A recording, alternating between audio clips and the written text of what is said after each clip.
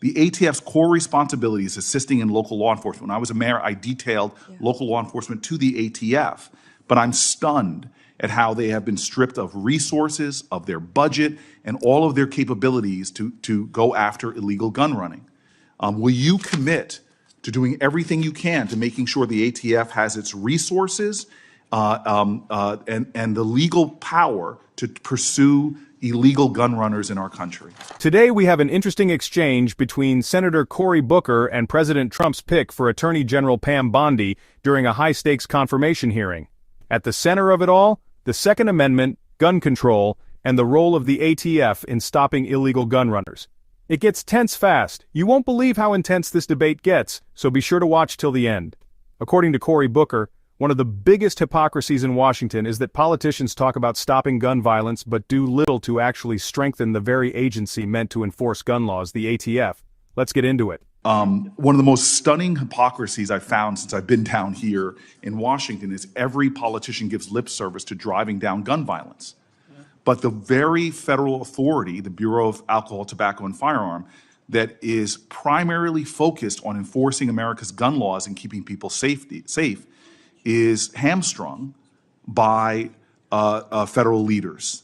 The ATF's core responsibility is assisting in local law enforcement. When I was a mayor, I detailed local law enforcement to the ATF, but I'm stunned at how they have been stripped of resources, of their budget, and all of their capabilities to go after illegal gun running.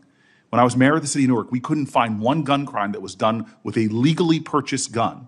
But when I turned to the ATF leader at that time told me in private, we don't have the resources, support, or legal ability to go after these crimes.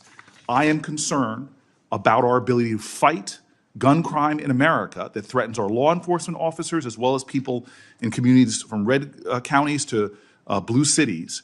Will you commit to doing everything you can to making sure the ATF has its resources and the legal power to pursue illegal gun runners in our country? Senator, I will do everything in my power to prevent illegal gun runners in our country. When I left being a state prosecutor to run for Attorney General, I almost didn't run because I was working on a wire case involving illegal gun runners. The DOJ issued in 2022 a use of force policy for its federal law enforcement officers. It was approved by the heads of the DEA, FBI, U.S. Marshals, and ATF, and many of them said it is actually a use of force policy that actually protects law enforcement officers as well as protects others from having their rights violated. It was also endorsed by the Fraternal Order of Police and NAPO, the National Association of Police Organizations. This policy is considered best practices in law enforcement. Will you commit to continuing this policy? Senator, I have not read the policy. I will review the policy and I will report back directly to you if I am confirmed as Attorney General.